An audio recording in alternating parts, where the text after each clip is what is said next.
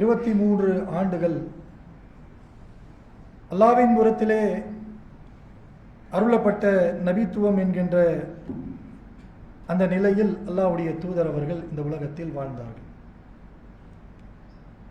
இந்த வாழ்ந்த ஒவ்வொரு நாட்களிலும் அல்லாஹ்வுடைய தூதர் அவர்கள் தன்னுடைய மக்களுக்கு இறை செய்தியாக வரக்கூடிய ஒவ்வொரு உபதேசங்களையும் சட்டங்களையும் அல்லாஹ் ரப்புல் ஆலமீன் மக்களுக்கு சொல்லக்கூடிய ஒவ்வொரு வார்த்தைகளையும் நபி அவர்கள் தன்னுடைய மக்களை அழைத்து உபதேசங்களாக அல்லாஹ்வுடைய ரசூல் அவர்கள் எடுத்துரைத்தார்கள் என்பதை வரலாற்றுடைய பாடங்கள் நமக்கு சொல்கின்றது.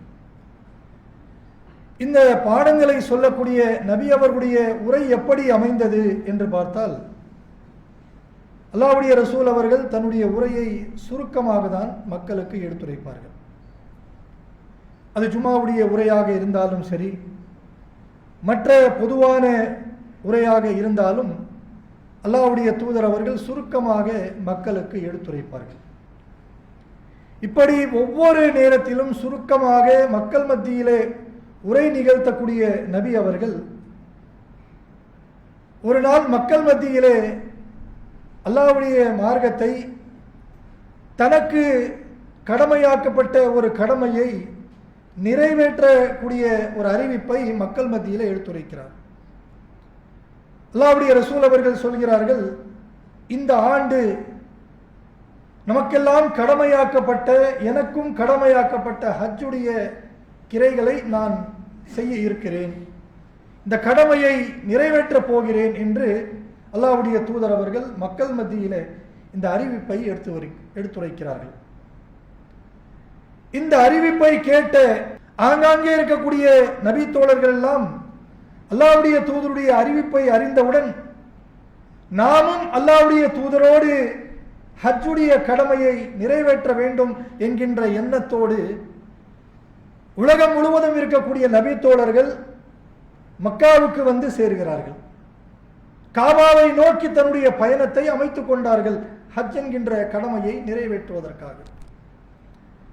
அல்லாஹ்வுடைய தூதர் அவர்கள் நிறைவேற்றக்கூடிய அந்த ஹஜ்ஜுடைய அந்த சபையில் ஏராளமான நபி தோழர்கள், ஏராளமான மக்கள் எல்லாம் ஒன்று சூழக்கூடிய ஒரு நிலை அந்த நாளில் உருவாகிவிட்டது.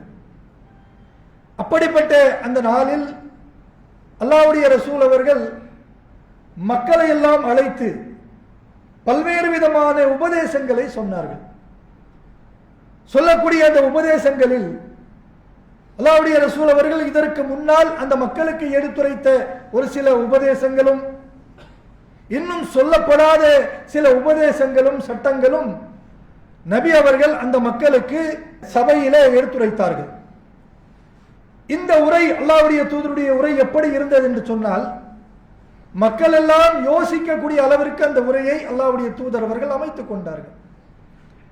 சுருக்கமாக உரை முடிக்கக்கூடிய நபி அவர்கள் ஏராளமான செய்திகளை மக்கள் மத்தியிலே சொல்லியாக வேண்டும். ஆனாலும் பல செய்திகளை அல்லாஹ்வுடைய தூதர் அவர்கள் ரத்தின சுருக்கமாக சுருக்கிவிட்டு வழக்கமாக சொல்லக்கூடிய நேரத்தை தாண்டி நீண்ட நேரம் அல்லாஹ்வுடைய தூதர் அவர்கள் அந்த மக்களுக்கு அந்த உரையை நிகழ்த்தினார்கள். மேலும் அல்லாஹ்வுடைய தூதர் அவர்கள் அந்த மக்களுக்கு உபதேசம் செய்யும் பொழுது தன்னுடைய வாழ்நாளில் செய்யக்கூடிய உபதேசங்களில் சொல்லப்படாத சில வார்த்தைகளை நபி அவர்கள் அந்த இடத்தில் பயன்படுத்துகிறார். எப்படிப்பட்ட வார்த்தை அல்லாஹ்வுடைய தூதர் அவர்கள் பயன்படுத்துகிறார்கள் என்று சொன்னால், ஒவ்வொரு வார்த்தை சொல்லிவிட்டு நான் உங்களுக்கு சொல்லிவிட்டேனா, தெளிவாக நான் எடுத்துரைத்து விட்டேனா, இந்த வார்த்தை அல்லாஹ்வுடைய தூதர் அவர்கள் ஒவ்வொரு நேரத்திலும் பயன்படுத்துகிறார்கள். நீங்கள் கவனமாக கேளுங்கள். இந்த வார்த்தை அல்லாஹ்வுடைய தூதர் அவர்கள் பொதுவாக உரை நிகழ்த்தும் பொழுது கவனித்துக் கொள்ளுங்கள், நான் உங்களுக்கு சொல்லிவிட்டேனா, இதை குறித்துக் கொள்ளுங்கள், இப்படியெல்லாம் இந்த வார்த்தைகளை பயன்படுத்த மாட்டார்கள். ஆனால் அந்த சபையில் அல்லாஹ்வுடைய ரசூல் அவர்கள் நான் சொல்லிவிட்டேனா, நீங்கள் கவனித்துக் கொண்டீர்களா, கவனமாக கேளுங்கள், நான் சொல்லுவதை நீங்கள் குறித்துக் கொள்ளுங்கள், அலாஹி பல்லிஹு ஷாக்கில், நான் சொல்லக்கூடிய ஒவ்வொன்றையும் நீங்கள் உங்களுக்கு பின்னால் வரக்கூடிய இந்த சபைக்கு வராத நீங்கள் எடுத்துரைங்கள். நான் சொல்லக்கூடிய என்னிடத்தில் நீங்கள் அறிந்து கொண்ட ஒரு செய்தி, 2 செய்தி, எத்தனை செய்தியாக இருந்தாலும் அதை உங்களோடு நீங்கள் புதைத்து வைக்காமல், பூட்டி வைக்காமல் வராதவர்களுக்கு நீங்கள் சொல்ல வேண்டும் என்கின்ற இப்படிப்பட்ட ஒரு வார்த்தைகளை நபி அவர்கள் அந்த சபையில் ஒரு நீண்ட உரையாக அமைத்துக் கொண்ட அந்த உரையில் அல்லாஹ்வுடைய தூதர் அவர்கள் பயன்படுத்துகிறார்கள். இதுதான் அல்லாஹ்வுடைய தூதருடைய இறுதி பேருரை என்று முடிவு செய்தார்கள். இந்த பெயர்தான் இன்றைக்கு உலகம் முழுவதும் பேசப்படுகின்றது. இந்த உரையில் அல்லாஹ்வுடைய தூதர் அவர்கள் சொன்ன ஒவ்வொரு உபதேசங்கள், ஒவ்வொரு சட்டங்கள் தான் உலகம் முழுவதும் இன்றைக்கு இஸ்லாமியர்கள் மத்தியிலே பெருமையாக ஒரு மிகப்பெரிய ஒரு உரையாக பேசப்படுகின்றது. அல்லாஹ்வுடைய தூதர் அவர்கள் நிகழ்த்திய அந்த உரை விடைபெறும் பெரிய ஒரு மிகப்பெரிய ஒரு உரையை அந்த நேரத்தில் நடாத்தினார்கள். அந்த உரை எந்த நேரத்தில் நடந்தது என்று சொன்னால், அல்லாஹ்வுடைய தூதர் அவர்கள் தன்னுடைய கடமையான ஹஜ்ஜை நிறைவேற்றக்கூடிய நேரத்தில் ஹஜ்ஜத்துல் விதா என்று சொல்லக்கூடிய அந்த சபையில் அல்லாஹ்வுடைய ரசூல் அவர்கள் இந்த உரையை நிகழ்த்தினார்கள் என்று வரலாறு நமக்கு சொல்கின்றது. இந்த வரலாறு மிக்க இந்த உரையில் நபி அவர்கள் உலகத்திற்கு ஏராளமான உபதேசங்களை சொன்னார்கள். அல்லாஹ் ரப்பல் ஆலமீன் நமக்கு சொல்லக்கூடிய ஏராளமான சட்டங்களை அல்லாஹ்வுடைய ரசூல் அவர்கள் அந்த சபையில் மக்களுக்கு எடுத்துரைத்தார்கள்.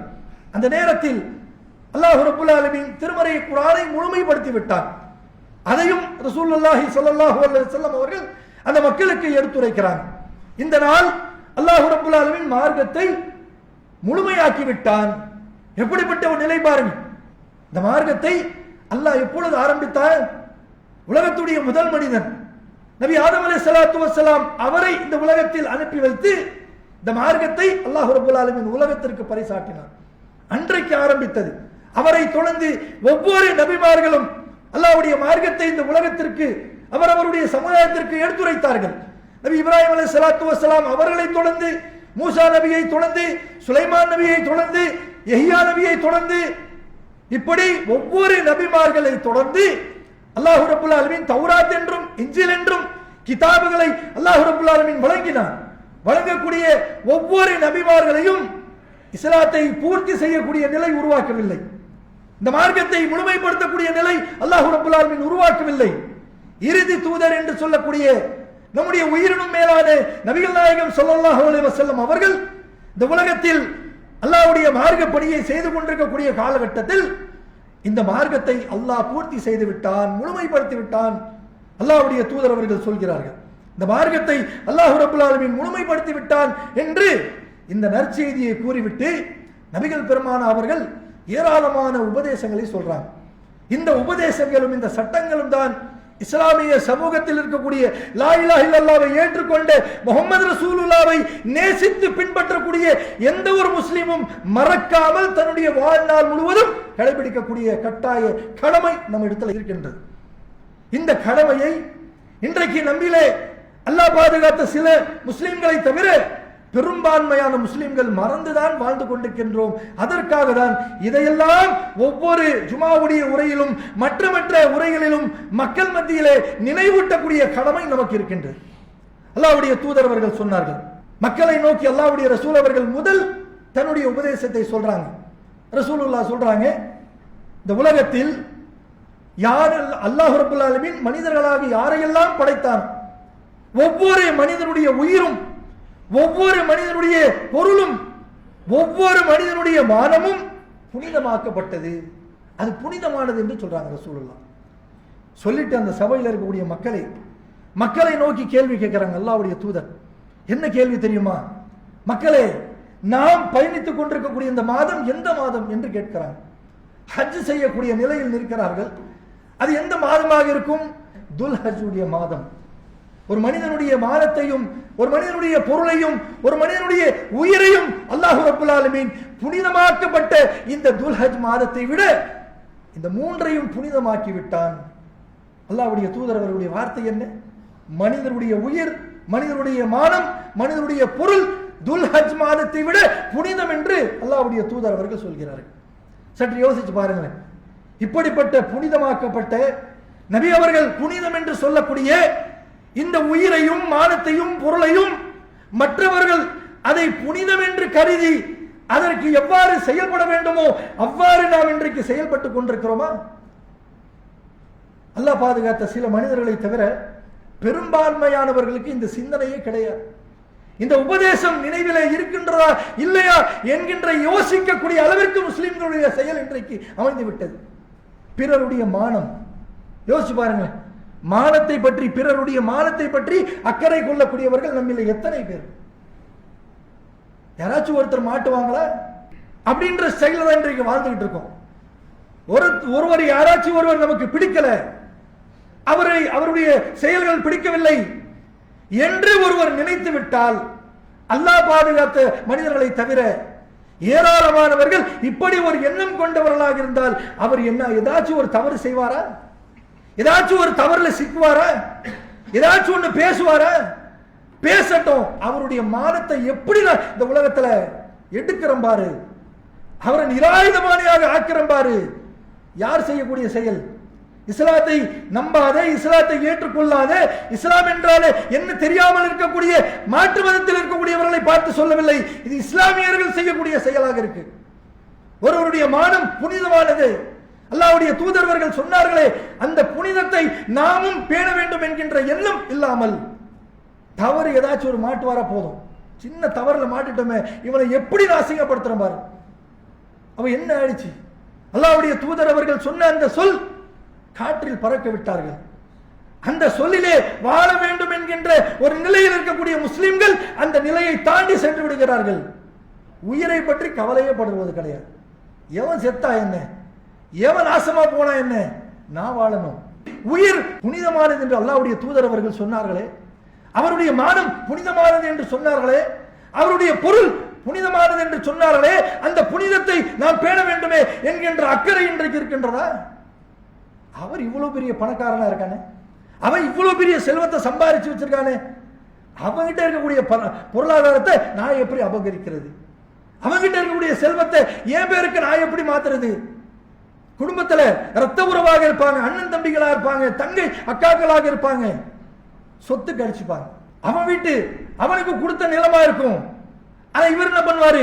அவருடைய நிலத்துல ஒரு 10 அடி தள்ளி கட்டுவார்.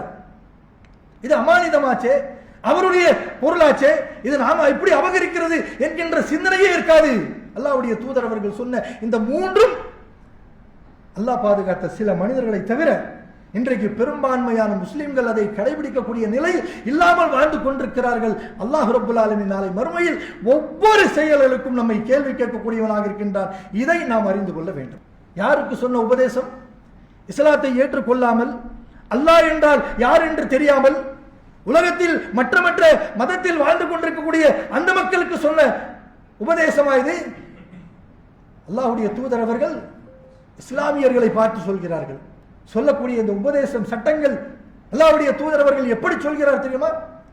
உலகத்தில் நிறைய தலைவர்களை பார்க்கிறோம், சொல் ஒன்று செயல் ஒன்று இருக்கும். உலகத்திற்கு சொல்லும் பொழுது நல்ல விஷயங்களா சொல்வாங்க, தன் வாழ்வில் அதை கடைபிடிப்பார்களா என்று கேட்டால் கிடையாது. ஏன்? அவர் தலைவர்.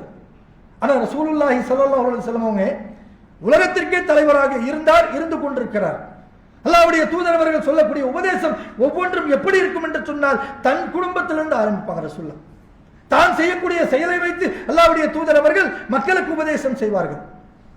பழிக்கு பழி வாங்குவது தடை என்று சொல்லக்கூடிய நேரத்தில் நபிகள் பெருமானா அவர்கள் தன் குடும்பத்தில் இருக்கக்கூடிய ரபியா என்ற அந்த மனிதனை காண்பித்து சொல்றாங்க ரசூலுல்லாஹ், இதோ என் குடும்பத்தை சார்ந்த ரபியா, இவர் பனு குதைப் என்று சொல்லக்கூடிய குடும்பத்தார், இவருக்கு அவர் அந்த குடும்பத்தாருக்கு பழி வாங்கக்கூடிய தகுதி இவருக்கு இருக்கு. எப்படி தெரியுமா? ரபியாவுடைய பச்சிளம் குழந்தை, பால் குடிக்கக்கூடிய குழந்தை, பால் குடித்துக் கொண்டிருக்கக்கூடிய அந்த குழந்தையை கழுத்தை நெருக்கி கொன்று விட்டார்கள் பனு குதைப் அவர்கள், அந்த குடும்பத்தை சார்ந்தவர்கள். அவருடைய குடும்பத்திலே பழி வாங்குவதற்கு தகுதியானவர் இவர். ஆனால் அந்த தகுதி இருந்தாலும் இன்றோடு அந்த பழிக்கு பழி வாங்கக்கூடிய நிலை தடை செய்யப்பட்டது. அல்லாஹ் தடை செய்து விட்டான். நபிகளார் சொல்கிறார், குடும்பத்தில் ஒருத்தர் ஏதாச்சும் ஒரு சொல்லிட்டா போதும், குடும்பத்தில் நம்ம தெரியாம ஒருத்தர் ஏதாச்சும் நம்மை நோக்கி செஞ்சுட்டா போதும், சும்மா இருக்கிறோமா? ஒவ்வொருத்தருடைய சுபாவம் ஒவ்வொரு விதமா இருக்கும். ஒருத்தர் ஏதாச்சும் சொன்ன உடனே இவர் கோபப்பட்டு பதிலுக்கு பதில் சொல்லிடுவாரு, பழிக்கு பழி. ஒருத்தருடைய சுபாவம் இருக்கும், இன்னைக்கு சொன்னா 10 வருஷம் கழிச்சு பழி வாங்குவார். அது வரைக்கும் மௌனமா உள்ளுக்குள்ள அப்படியே அமைதியா அதை பாதுகாத்து அந்த கோபத்தை பாதுகாத்து வச்சு நேரம் கிடைக்கக்கூடிய நேரத்தை தள்ளி விட்டுருவார். இப்படிப்பட்ட செயல் இன்றைக்கு அல்லாஹ் பாதுகாத்த சில முஸ்லிம்களை தவிர பெரும்பான்மையான முஸ்லிம்கள் செய்யக்கூடிய நிலையை நம்ம பார்க்கிறோம். அல்லாஹ்வுடைய தூதர் அவர்கள் சொன்னார்கள், வட்டி இன்றோடு ஹராமாக்கப்பட்டது. வட்டி இஸ்லாத்தில் முற்றிலும் தடை செய்யப்பட்டது. அல்லாஹ்வுடைய ரசூல் அவர்கள் தடை என்று சொன்ன பிறகு தன் குடும்பத்தில் இருக்கக்கூடியவர் ஒருத்தரை காண்பிச்சு சொல்றாங்க. அல்லாஹ்வுடைய ரசூல் அவர்கள் தன் குடும்பத்தில் இருக்கக்கூடிய அப்பாஸ் ரலியல்லாஹு என்று சொல்லக்கூடிய தன் தந்தையோடு பிறந்தவர். அவர் இந்த சட்டம் சொல்வதற்கு முன்பாக அவருடைய தொழில் வட்டி தொழிலாக இருந்தது. அவரை காண்பிச்சு சொல்றாங்க, இதோ அப்பாஸ் அவர்கள், இவருடைய தொழில் வட்டி தொழில். இன்றோடு இவருக்கு தர வேண்டிய வட்டியை யாரும் தர வேண்டாம், தரக்கூடாது என்று சொல்றாங்க. ஆனால் அவர் கொடுத்த அசல் அவருடையது. அந்த அசலை நீங்கள் கொடுத்து விட வேண்டும், வட்டியை நீங்கள் யாரும் கொடுக்க கூடாது. இன்றோடு இஸ்லாத்தில் வட்டி தடை செய்யப்பட்டது என்று சொன்னார்கள். எவ்வளவு பெரிய பாவம்! வட்டி என்கின்ற பாவம் சரியா சாதாரண ஒரு பாவமா? பல பேர் தெரிஞ்சு வச்சிருக்கிறோம். நிறைய வியாபார பெருமக்கள் உட்கார்ந்து இருப்பீங்க, யாரையும் நம்ம குறிப்பிட்டு சொல்லல. நிறைய வியாபாரிகள் இங்கே வியாபாரத்திலே சர்வ சாதாரணமாக வட்டி புழங்கக்கூடிய நிலையை நம்ம பார்க்கிறோம். கேட்டா வியாபாரம் வேற மார்க்கம் வேறன்றாங்க. யார் சொன்னா? அல்லாஹ் வட்டியை ஹராமாக்கி வியாபாரத்தை ஹலாலாக்கி வைத்திருக்கிறான். ஹலாலான முறையில் தான் வியாபாரம் செய்ய வேண்டும். அதிலே ஹராமானதை நாம் ஒருபோதும் கலந்துவிடக் கூடாது, அதை நாம் அதை சேர்த்து விடக் கூடாது. இன்றைக்கு வியாபாரம் செய்யக்கூடிய இஸ்லாமிய சமூகத்தில் அல்லாஹ் பாதுகாத்தவர்களை தவிர பெரும்பான்மையானவர்கள் வட்டிக்கு பணம் வாங்கி பேங்க்ல வட்டி வாங்குறது, தண்டலி லோனு இப்படி எல்லாம் வாங்குறது. வீட்டில் நகை இருந்தால் அந்த நகையை கொண்டு போய் மார்வாடி கடையில பேங்க்ல வட்டிக்கு அடகு வைத்து அதுல பிசினஸ் ஆரம்பிப்பது இஸ்லாத்தில் தடை செய்யப்பட்டது இல்லையா? அல்லாஹ்வுடைய தூதர் அவர்கள் சொன்னார்களே, அல்லாஹ்வோடும் அல்லாஹ்வுடைய தூதரோடும் போர் செய்ய வேண்டும். யோசிச்சு பாருங்க, இமேஜினேஷன் பண்ணுங்க. அந்த தைரியம் நமக்கு இருக்கா?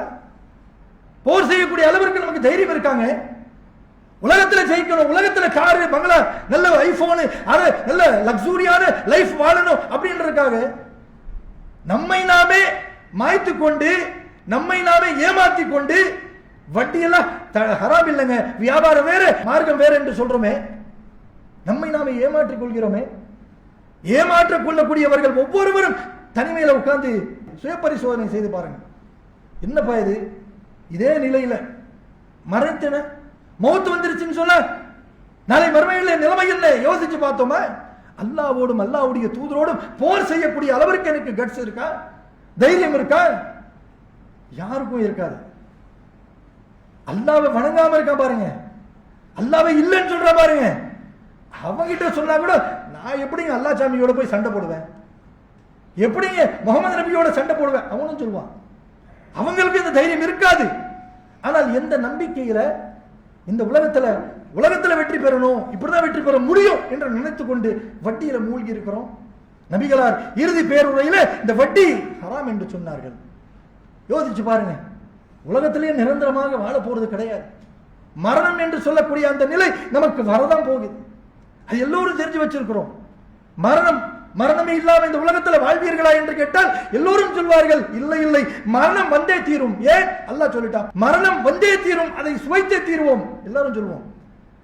இதை ஞாபகத்தில் வைக்கக்கூடிய நாம, இதை சொல்லக்கூடிய நாம, நம்மிலே பலர் எதை மறந்து விட்டோம் என்று சொன்னால் வரக்கூடிய மரணம் எந்த நேரத்திலும் வரலாம், அதைத்தான் மறந்துட்டோம். நல்ல ஆரோக்கியமா இருக்கும், டெய்லி வாக்கிங் போறேன், நல்ல எக்ஸசைஸ் பண்றேன், நல்ல பிரியாணியா சாப்பிடுறேன், நல்ல லெக் பீஸ் சாப்பிட்டு நல்ல குழுகுழுன்னு நல்ல குண்டா இருக்கிறேன், எனக்கு எப்படிங்க மவுத்து வரும்? பாத்தீங்களா, சிக்ஸ் பேக் இருக்கு, நல்ல ஜிம்முக்கு போறேன், எனக்கு எப்படி மவுத்து வரும் அப்படின்னு நினைச்சிட்டு இருக்கோம். மவுத்து என்பது இதுவெல்லாம் ஒரு காரணமாக இருக்காது. அல்லாஹ் எந்த நேரத்தில், எந்த நிமிடத்தில், எந்த நொடியில் நமக்கு மரணத்தை நிர்ணயித்து விட்டானோ அந்த நொடியில் மரணித்தே ஆக வேண்டும்.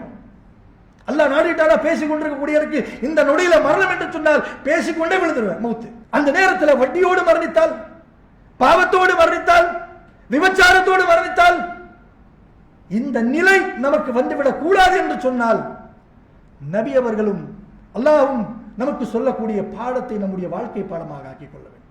இறுதி பேருரையிலே அல்லாஹ்வுடைய தூதர் அவர்கள் சொன்னார்கள் அந்த மக்களை நோக்கி, யா அய்யுஹன்னாஸ், மக்களே, உங்களிடத்திலே நான் இரண்டை விட்டு செல்கிறேன். இந்த இரண்டை நீங்கள் பற்றி பிடிக்கக்கூடிய காலமெல்லாம் நீங்கள் வழிகெடுத்து போக மாட்டீர்கள். நீங்கள் உங்களுடைய வாழ்க்கையில் வழிகட்டு போக மாட்டீர்கள். அந்த இரண்டு என்ன? அல்லாஹ்வுடைய தூதர் அவர்கள் முதலாவதாக சொன்னார்கள், கிதாபுல்லாஹ், அல்லாஹ்வுடைய வேதத்தை நான் உங்களுக்கு தருகிறேன். முழுமைப்படுத்தச்சுல, இந்த மார்க்கம் முழுமைப்படுத்தப்பட்ட திருமறைய குர்ஆனை உங்களிடத்தில் நான் கொடுத்து போறேன். இதை நீங்க பற்றி பிடிங்க. இதை பற்றி பிடிக்கக்கூடிய காலமெல்லாம் நீங்கள் வழிகட்டு போக மாட்டீங்க. குர்ஆன் சொல்றது, குர்ஆனில் சொல்லப்பட்ட ஒவ்வொரு உபதேசங்களும் தன்னுடைய வாழ்வில் நீங்கள் அமல்படுத்துங்க, தன்னுடைய வாழ்வில் நீங்கள் கடைபிடிங்க.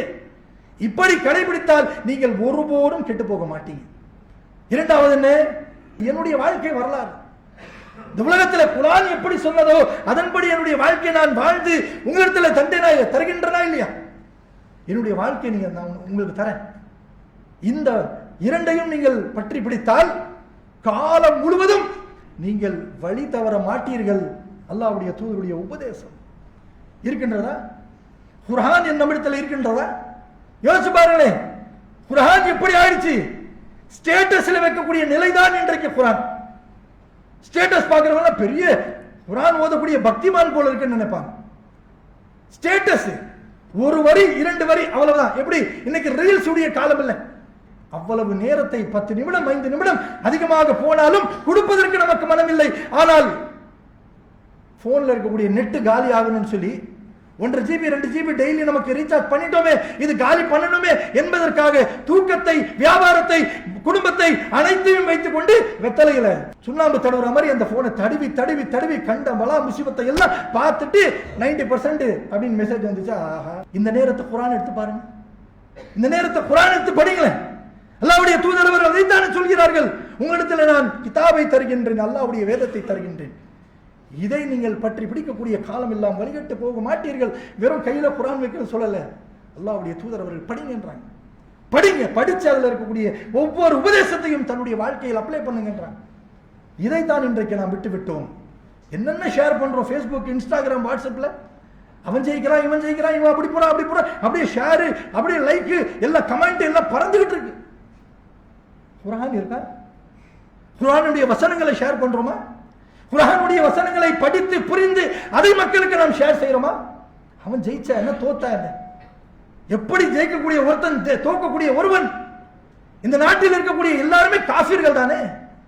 இஸ்லாத்திற்கு பெருசா என்ன செஞ்சிட போறாங்க? அவன் மீது அக்கறை கொள்ளக்கூடிய நாம, அவன் மீது கவனம் செலுத்தக்கூடிய நாம குர்ஆனை மறந்து விடுகின்றோம்.